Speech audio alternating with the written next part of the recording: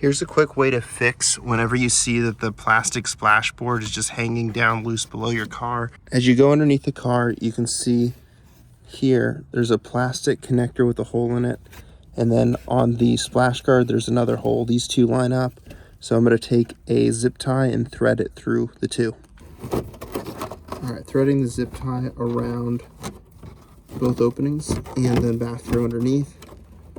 Zip tie is threaded through here and through here, and then just wraps around another portion that opens back up. Pull it tight, and then that will hold it up secure underneath here. And then I will trim off the extra bit. There we go. And now all the zip ties are connected.